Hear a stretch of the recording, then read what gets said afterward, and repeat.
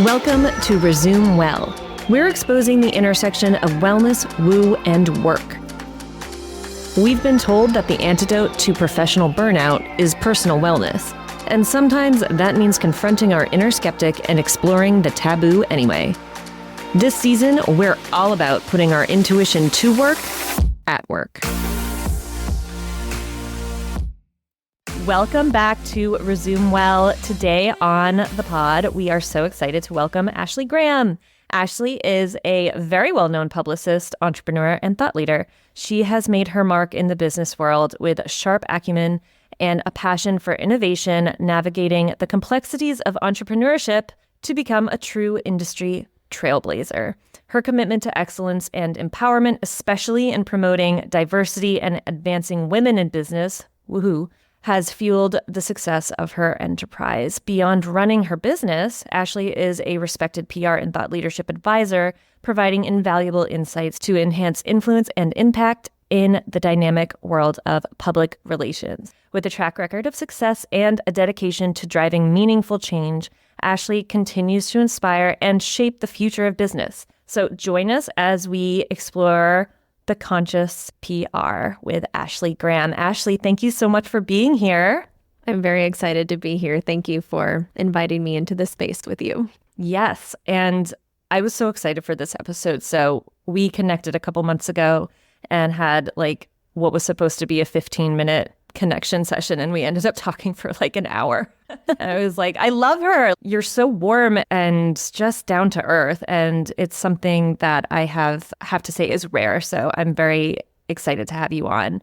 I do like to start off by asking everybody, if you, Ashley, were at a dinner party and somebody asked you, what do you do? How would you respond? That is a very good question. And I never always have a good consecutive answer for that question, but here's what I'm going to say. If I was asked at a dinner party what I did, I would lead in sharing that I inspire connection through the impact of people's stories. Ooh. I think that's kind of just a good overall consensus of really the impact of PR, thought leadership, and media for me, is it's a way to activate other people's stories to ultimately serve the livelihood and just the well-being of other people. So I love that. Can you explain for some of us what the difference is between marketing, sales, and PR? Because I think we blob them together. That's a very technical term, blobbing them together.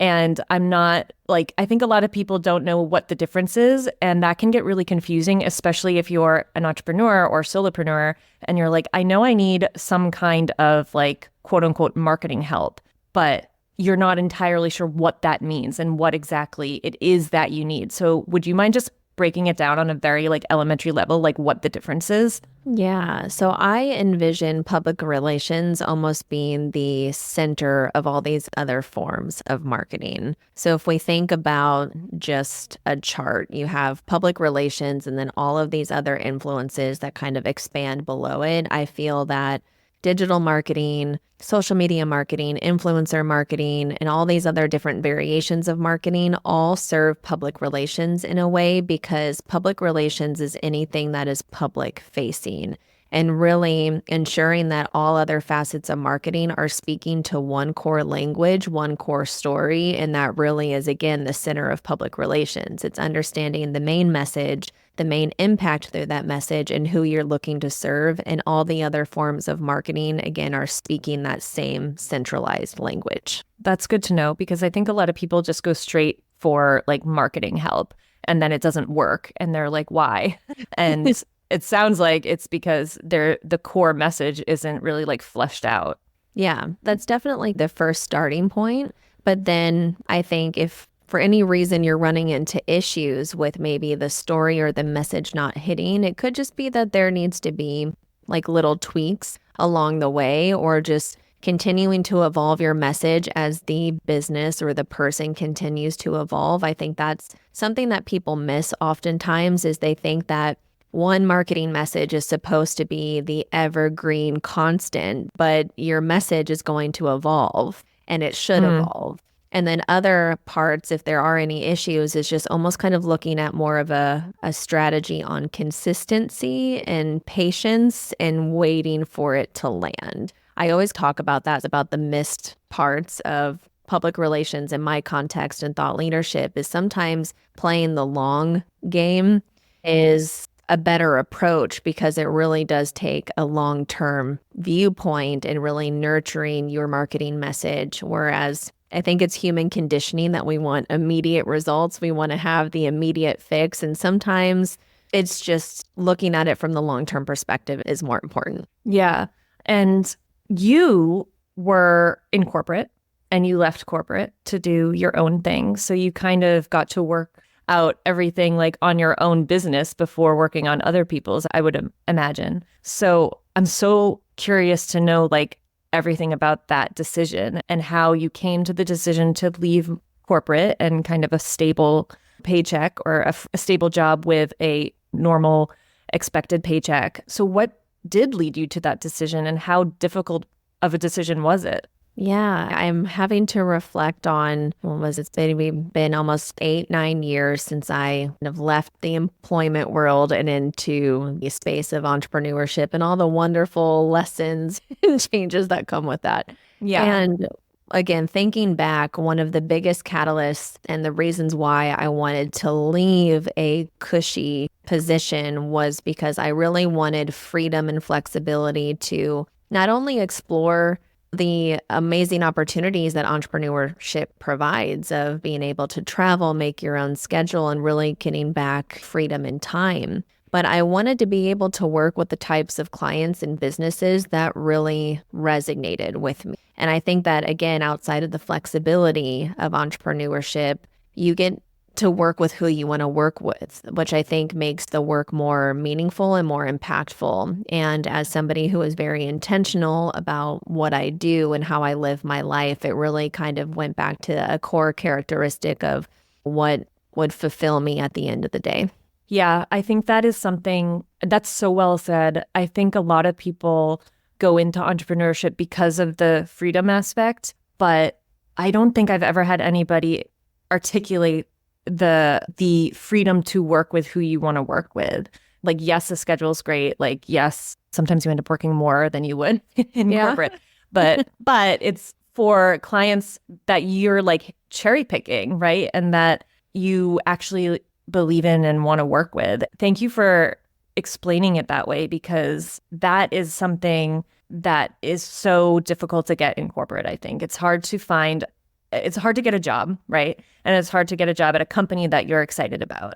And it's very rare to be able to work with people and clients that completely align with your values all the time. And as an entrepreneur, I love how you said that. I mean, like, you can be very intentional about who you work with, which will just create this wonderful ripple effect in your life where you're dealing with people that fill you up. And at the end of the day, you feel good about it, as opposed to going home and maybe indulging in a lot more, some vices, as opposed to like something else that's healthier or just like being happy.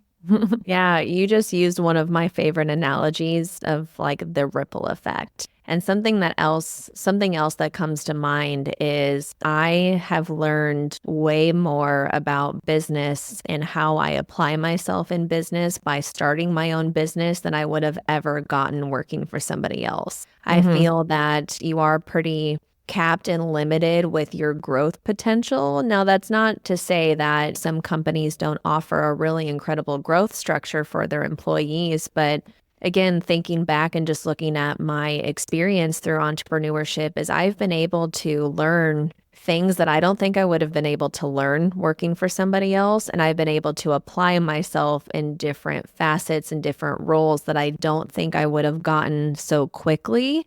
Something that probably would have come at tenure status and on, whereas I've been able to take on different hats, in a short amount of time, just given the landscape of entrepreneurship and how to evolve, adapt, and explore different ways of being in business. Yeah, that's so true. It is. It's like it would come like after 10 or 15 years when you're deemed like ready. And the big thing about like entrepreneurship is so much happens when you're not ready. Like most of it happens when you're not ready. If you are ready for something in the entrepreneurship like journey, I think that's rare, right? It's always like you're just not ready and you have to go for it. Which I'm thinking that's probably a huge reason why there's a lot of discontentment in corporate America among employees, because they're bored and they're actually like having that challenge is really invigorating, and they're kind of just like not allowed to do that because of the structure. So now knowing everything that you know, going through about 8 or 9 years of entrepreneurship, if you could go back to the you at the very beginning, right before you made that decision, is there anything you would tell yourself before you made that jump? Yeah, there's a lot of things that I would go back and tell myself. And one of the first things that comes to mind right now, because I think I actually was reflecting on this pretty recently, is that if I could go back and start over, I would give myself a little bit more time to really hone in exactly what my big goals were for the business. I'm the type of person that leaps before she's ready, because that's just the way that I learn more about myself and how I need to adapt through certain things. And my first business I actually closed about a couple of years ago. And one of the reasons why I think I just continued to reach burnout and did not really see a path forward was because I didn't really think about the longevity of the business in a way that was both scalable, but then also really spoke to how I really wanted to impact through the business.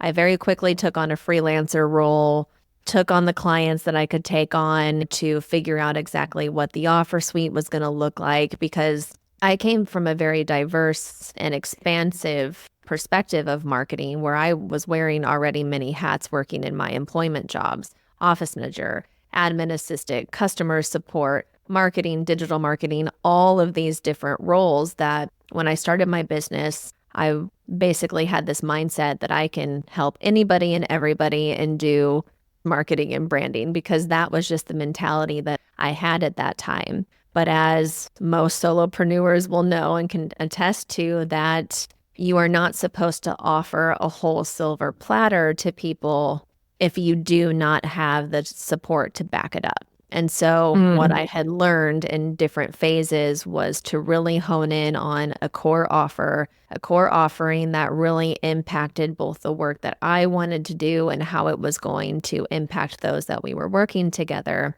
which that's kind of how the Conscious Publicist came. The Conscious Publicist is my second business. And the reason why it is positioned in the way that it is, that really speaks to the longevity of the business that I'm really excited for, is because I had years of experience of just testing the waters, figuring out what I was doing, how I needed to apply myself. And so I was able to take that experience and really apply it to the next business. So again, if I could go back and save about 5-6 years of that process and kind of would have had maybe the understanding to really put that in before starting, I would go back and do that. But again, I don't really regret the path, because the ideas and the direction really came to me because of that experience. So I can't really say that. Hate on it too much. Yeah, I was like, I can't really say that it's a bad thing, because I got to this intersection of like, okay, this is how I can move forward. But if I could go back, I would maybe save myself a couple of years.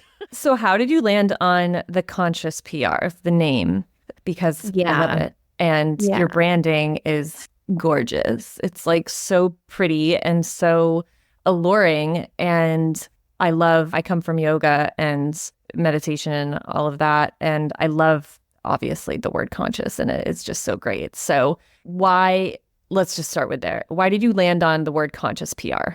Yeah. So the Conscious Publicist is basically a co-creation of two different identities. We're going to say identities, both my identity, but then also just, I think, a natural identity experience or phase that our clientele goes through. So again, the core intersection of PR and media for us is thought leadership. And thought leadership for our clients is integrated. A lot of their thought leadership message and all that is integrated through their identity, their story, their message, why their businesses exist in the first place, how they're looking to serve and impact. And so the Conscious Publicist And the intersection of our branding and messaging is to speak really to that experience of our clientele.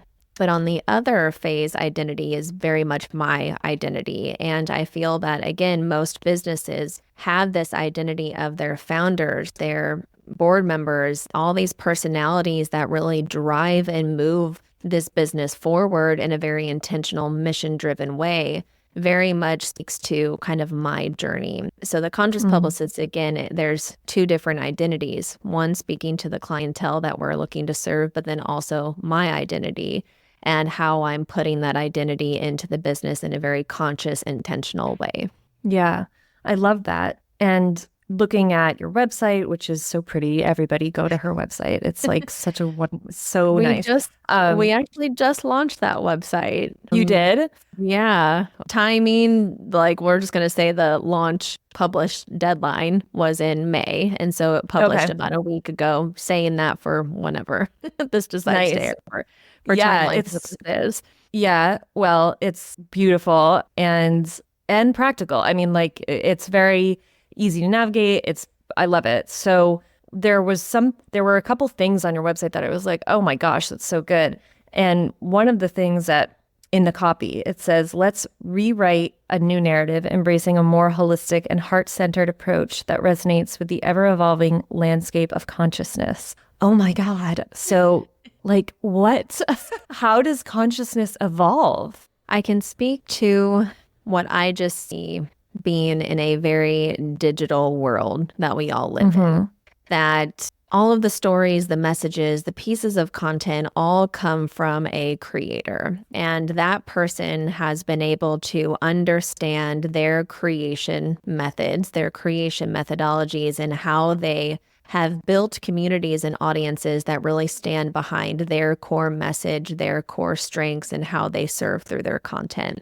And so, although most people don't see that as a form of like raising consciousness, I believe that it is, because when we are on social media or on our favorite websites or whatever type of medium that you're looking at, you're investing your energy in reading those pieces and connecting with those creators. And when you're reading the story, if you find a couple of points that really resonate either with your beliefs or your story, or maybe just a shift in your energy or your mood that you're needing in that day, it really builds this conscious connection between the story, the reader, and the one who's writing the piece. And so again, most people probably don't perceive that as a way of raising consciousness in the media, but I see it that way. I feel that, again, when we're investing our time and our energy to connect with content, either to find solutions to our problems or just find a feel-good story that we really needed to hear to kind of shift where we're at in our mood that day,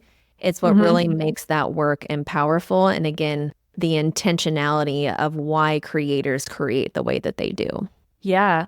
I'm just thinking, like, there have been so many studies, and I'm sure you're aware of them, but there have been so many studies about, like, if you're sick, watching positive and uplifting media, whether it's a movie or just whatever reels or whatever you're into, can actually help you get better faster because your consciousness is in a higher vibration, right? So I think everything you're saying is totally on point.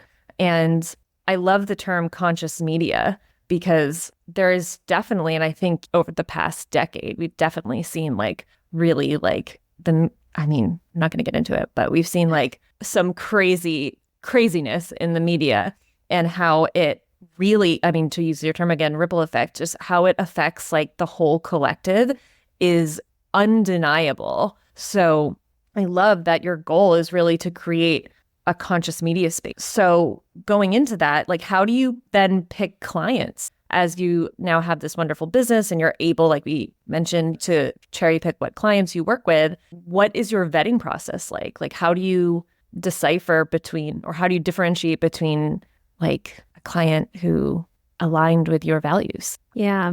I guess from like point one is we do have an application process. So instead of just opening up a line of communication for anybody to inquire, we do have a really intentional way of how we take applications from clients. And the way that application process is really set up is, again, it focuses more on the story, the goals, the mission of the business, but then also how that thought thought leader is looking to expand through PR and media. So the application is intentional with the prompts that it gives, is because I want to get as much information about their mission, their story, them as a person, to understand, again, if they're a good fit for kind of this approach. Secondary to that, it goes into just I want to say vetting is not the right word, but looking at the media from a holistic perspective and seeing if myself as a publicist or as an ideator, if I am able to bridge a connection between their ideal media platforms of where they think their message aligns with, and understanding if we are able to create a very unique, holistic angle that would work for them. So again, this is kind of veering away from the consciousness part of what we just talked about. It's more so about like business research and development, if we would even be able to be successful in our efforts. But I do kind of tie in that intentionality part, that it's like, okay, do I believe that we're able to create a really good story, a really good hook based off of this client, and mold that in a way to speak to the mission of how we operate and evolve in the PR and media space. So there's a couple of different just ways that I approach that. And sometimes, again, I don't know if this is always like the best thing to lead into, but sometimes I just feel that from an intuitive standpoint, again, as a very intuitive, like reflective person, it's like sometimes I'll just intuitively know if that client and I are meant to be in this really close partnership with one another, and if we're going to have a lot of success with our efforts. And the clients that I've worked with that I have just felt this just expansive energy with, we've had some of the most incredible results come in, because I think, again, you can't always put that in a strategy perspective, but sometimes you just really know when a client is a good fit for you. Yeah, absolutely. And I think I just want to like underscore that with, if you're listening and if you are an entrepreneur, you're allowed to say no to to not taking on a client. Like if you're not looking forward to working with a client, then they probably shouldn't be your client. And I think a lot of, especially up in, new entrepreneurs, I should say, they need the income, right? They need the revenue. They want to, or the experience, or whatever it is, mostly probably revenue, that they feel like they have to say yes to any client that comes in through the door. And you don't. And I think what you're saying is like, when you feel that fit, the success is so tied to that relationship. So yeah, feel it out. And if it feels wrong, then it doesn't mean that they're a bad person or you're a bad person. It's just like not a fit. I also feel that sometimes timing is a big factor. But sometimes, like, even if they're a great fit in that time, but just the timing doesn't feel off, either from them not being able to move forward at that time, always keeping an open space that sometimes timing is just not right. And to always circle back and think that partnership can still flourish into something. It's just maybe the timing's off. Yeah. Yeah. I want to shift gears a little bit and talk about thought leadership, because I think a lot of people hear that term. Some people know what it is, and other people just hear it and they're like, what is that? So you represent a lot of thought leaders. And I was like, oh, she would be a great person to explain, like, what is a thought leader? Like, they have a thought and they lead with it. And like, what are the requirements to be a thought leader? Can anybody be a thought leader? Like, can you break that down for us? Would you mind? Would you be so kind? Yeah, from like just the traditional standpoint, and again, I could always just speak from my perspective, is thought leadership is almost kind of the center, again, of all these other forms of marketing around it. There's a really incredible model that was created from a PR professional, PR practitioner, called the PESO model. And if you're looking at that model, basically, there's a number of variations of paid media, earned media, shared media, and owned media. And so when you're looking at all of these parts of media, basically what lies in the center is the thought leadership. And thought leadership really speaks to the authority, credibility, and influence of somebody or a business who has really managed and executed all of those types of media in a really cohesive manner. And that's what, again, leads to influence, authority, credibility.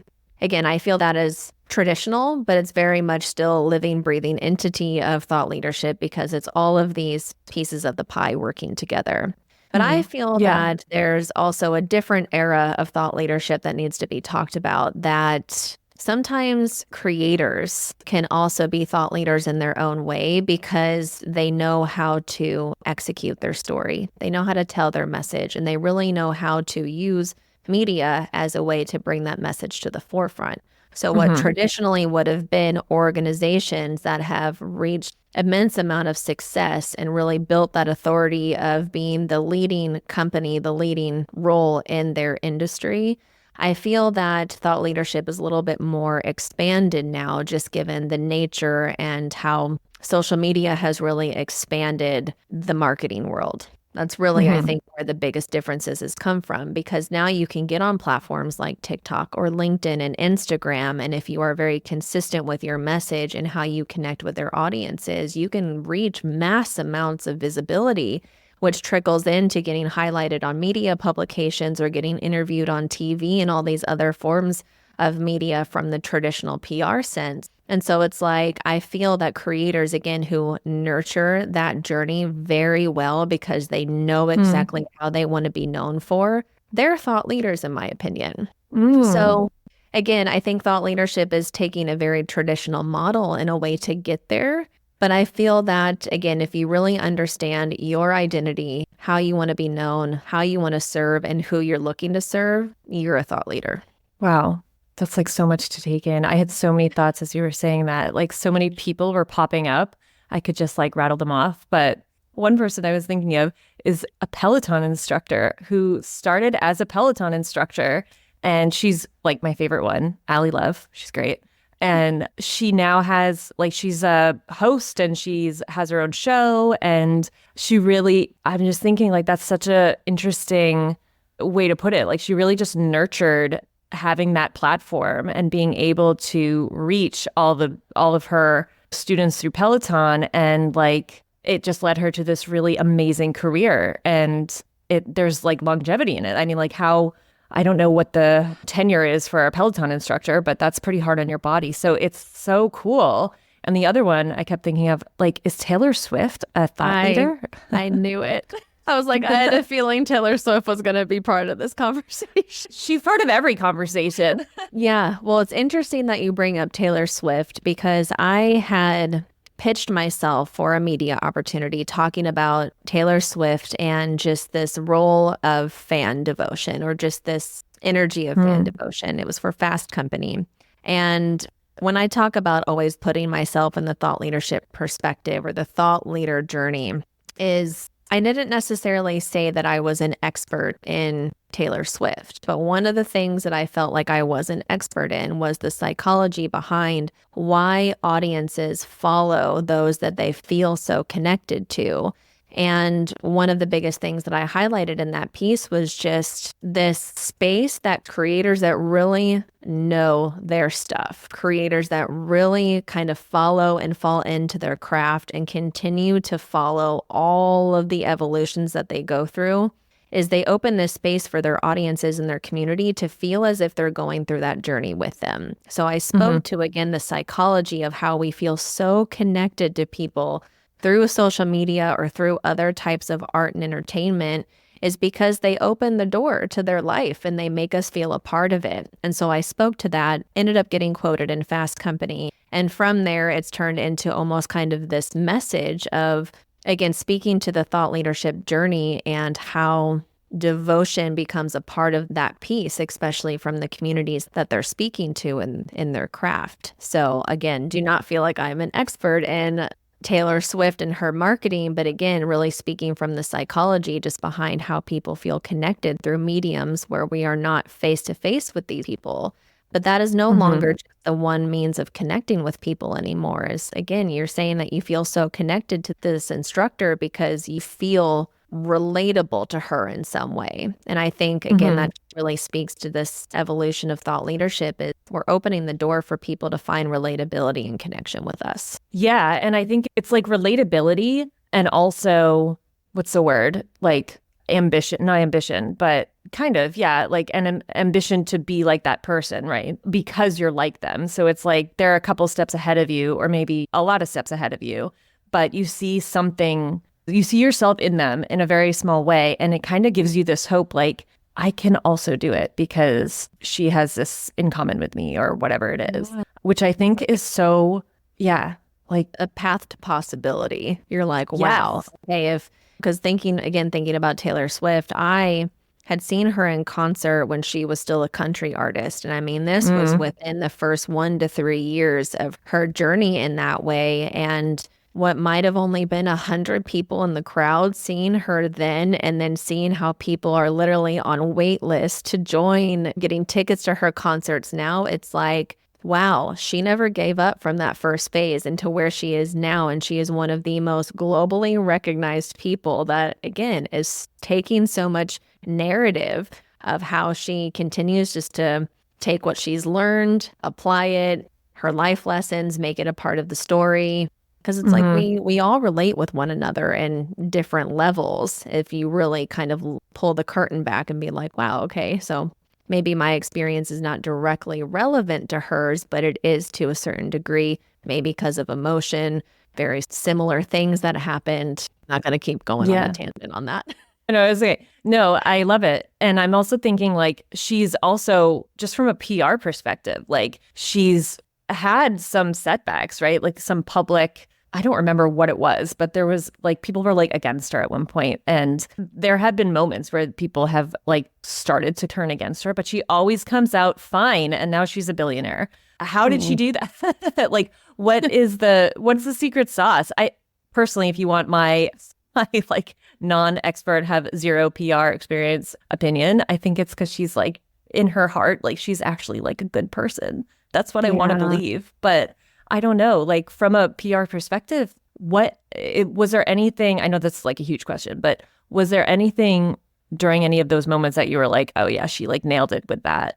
Nothing specifically comes to mind. I might have an idea of what you're referencing, but what I can say, and I'm just going to do a little shameless plug of my podcast, the Conscious Publicist podcast. I basically want to convey that there's so many different parts of what I perceive the thought leadership journey to be outside of the traditional sense. It's not always about using the media to talk about successes, wins, strategies, and all of these other things of like, okay, this is how I've made it. Now I'm giving you the menu. That is very much a part of it. But I want to convey the other parts of like the self-mastery process. And so again, a creator, or however they're going to identify in the thought leadership mix, is they go through what I find to be very human emotions, human experiences of being challenged with either comparison or being challenged with the fear of what other people might think or say about us. And it really comes down to core principles that at the end of the day, people will be people, and people will think and perceive the way that they perceive, and that's totally fine. We all have autonomy to see through the own lens that we want to see through. But a creator, and I'm again putting this into the perspective of Taylor Swift, making an assumption that she's already had to go through so many different phases of that she knows that as long as she's continuing to create in the way that she feels is aligned with her as a person, that she does her best, tries to do whatever she can to support other people, then the fear kind of subsides through that, because again, she knows that she is a good person. She's doing the best that she can. And I feel that is very much of this process of self-mastery, that you can't really control everybody. You can't control every circumstances. Life is life, and there will be wounds that you'll have to put Band-Aids on. But as long as you're learning from that and continuing to grow to make sure that maybe mistakes aren't made in the future, then, that's really all you can do at the end of the day. So I try to like convey that there is this self-mastery process, the thought leadership journey, because if you go from not visible to all of a sudden visible, you might get conflicting opinions sometimes on an interview or something that you said. And it's normal. It's natural. It's going to happen. Yeah. Yeah. I'm so glad we got to talk about Taylor Swift. I wasn't sure if that was going to come up, but when doesn't she? So I just want to wrap up with a couple they're kind of like rapid questions, but they don't have to be. We talked about consciousness and media and all of these wonderful things that you do, but I'm also just wondering from just a very basic level, when you were up and coming, and you still are with your business, but throughout the years, what has been the best piece of career advice that you've ever received? Advice. I want to say it's kind of tied to what I was just expressing. Like you said, I always feel like I'm always up and coming. There's always new phases, new things to learn. I take pauses, continue to come back, as we kind of talked about before the recording started. And I think just advice that I've been given, again, not necessarily always in the career dynamic, but just advice that I've gotten from mentors and even my clients is that to have grace, to know that you are allowed to fail. Because, and it's really kind of shifted this definition of what failure means to me is like failure is very much a part of the process. And it's almost a blessing to have experiences of failure because now you know what the benchmarker is to move forward from. And again, I'm paraphrasing just conversations over the years, but it's really the best advice, career or even personally, that it really is okay to fail because you can evolve and grow from failure. It actually gives you anchors to work off of to move forward in a more strategic or intentional way. Yeah, I love that. Do you have any wellness practices of the moment that have been helping you be wonderful? Yeah, there's a number. I think from just like the physical sense, things that help keep me like mentally, emotionally, physically, expanded and activated is one of the things, and again, this is going to sound so bad, but I have been the worst with drinking water and staying hydrated over the years. But over the last year or so is water has changed my life in so many different ways. And I know that's something so simple, but again, I've been more of a coffee drinker. Water just was something that just never really was on my attention. I was like, I need energy. I need caffeine. But sure, yeah. I've made it a point to really drink consistent amounts of water throughout the day. So I've kind of had this little trick for myself that before I even touch coffee, I have to drink a full glass of water. That's good. And then later on in the day, I also have to drink another glass of water just to make sure that, again, I'm rehydrating from dehydrating myself. It's kind of funny how all that works. But another thing is making sure that I'm consistently going on walks. I have a tendency to kind of really hone in on what I'm working on, and time goes by and I realize that I haven't really moved. And so making sure that I'm incorporating movement has been really beneficial. So again, those are things that might seem easy, but I think it's good reminders, and I've been working on reminding myself of that more. But there's some other wellness things that just really help me feel connected that I perceive as wellness, but they're almost kind of just a little woo to some other people. Well, my next question was, do you have any spiritual practices, if you want to call them spiritual? Because we were talking about consciousness, and obviously I think when people hear the word consciousness, meditation. And so, what are the woo? I love that. What are the woo things? Yeah, we'll transition into the woo. So meditation is something that I have been doing for years, and I've really been able to feel the impacts of meditating. Some seasons I meditate more than others, but I at least at the very minimal try to meditate at least a couple of times a week. On my good days, I meditate about 5 or 6 times a day, but again, sometimes that's not really needed. But what I think a common misconception of meditation is it has to be just fully encapsulating experience.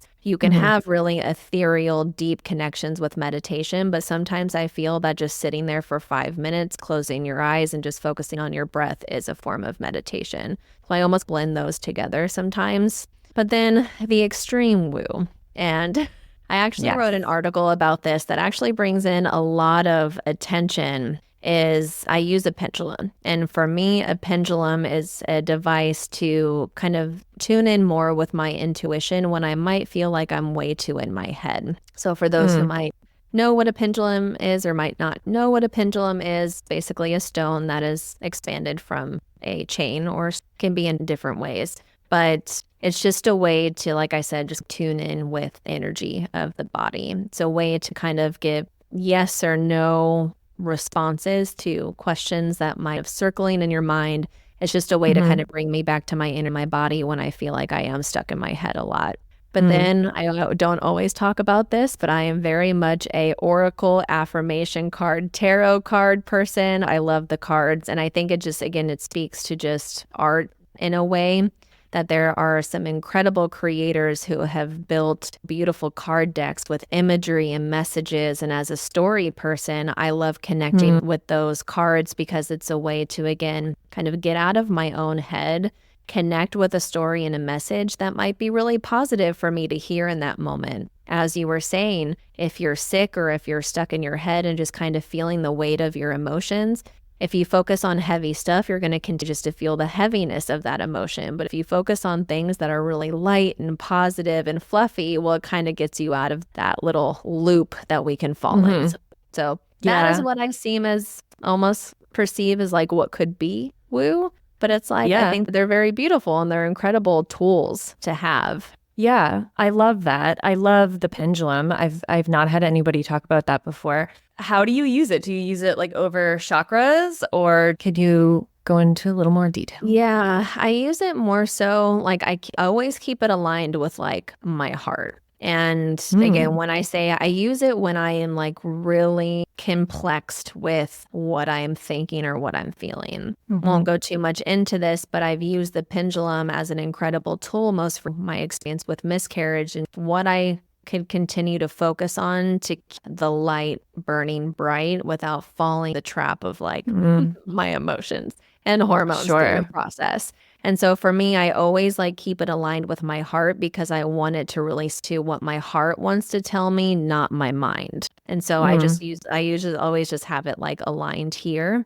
I haven't really explored so much of like seeing which chakras are blocked. And I think it's just because I've never really been taught how to do it that way. But I am so very much open to exploring even more ways to use the pendulum. Yeah. Well, first, thank you for mentioning your miscarriage, because that is so not necessary to do. It's very personal. And I thank you so much. And I love it because I think that more people should talk about their experiences if they're comfortable with it, and they don't have to if they're not comfortable with it. So I'm grateful that you felt okay to do that. And we're all wishing you the most amazing recovery and hope that there is a light at the end of the tunnel. I'm sure there is. I know there is. And if there's anybody listening who's gone through that, we'll definitely add some stuff in the show notes about articles or any kind of support for that, because I think that we were talking before that there is a huge lack of that in the mainstream. So thank you so much for all of that. Is there anything else that we didn't cover that you wanted to talk about or bring up, or anything that you mentioned? Your website is brandy new. Is there anything else, like what's ahead for Ashley? Oh, that is such a really cool question. And again, I can't make any promises when this is going to happen, but one of the things that what I've learned, again, with this recent experience, is that sometimes creating as us and sharing from the heart is really like all we need to do at the end of the day. And so one of these traps that I always fall into is always needing to create in a business context, share really valuable resources on PR and business and all the things that go with that. But through my journey with the miscarriage is I really want to share more of me and who I am in the real, raw ways that I kind of navigate challenging experiences, because I do feel that those hold merit and value as well. So I'm getting ready to launch a more personal blog to basically talk about things from, again, my perspective and how I've learned to evolve through challenging experiences as a way to continue to serve others who, again, might not have other people in their community who they can lean on for support. It's a way to kind of offer support in that way to other people as well. So that is something that I hope to have up soon. But then again, fun. Yeah, I'm excited. I'm excited just to, again, just create in the way that I want to create, not feel like it needs to serve a purpose or there needs to be a big call to action. I just want to write and write to write. And yeah, I love that. And then lastly is just there's always new things that I am sharing on the podcast that, again, might be really valuable for someone wanting to understand more of public relations, media relations, thought leadership, or just, again, my kind of pulse on the work. So the podcast is usually a really good resource just to kind of stay in touch and see what opportunities I'm sharing. Nice. Yeah, we will include the links to all of this in the show notes. Ashley, you've been so generous with your time and energy. Thank you so much for coming on Resume Well. And we'll see everybody next week. Thank you. Thank you for joining me on this episode of Resume Well, where we explore the intersection of wellness, woo, and work. If you enjoyed today's episode, please subscribe, leave a review, and share it with your friends, family, and coworkers. Remember to follow us on Instagram at Courtney Austin Page and on LinkedIn either at Courtney Page or at Resume Recruiting and Development. Join us next week, and in the meantime, resume well in everything you do.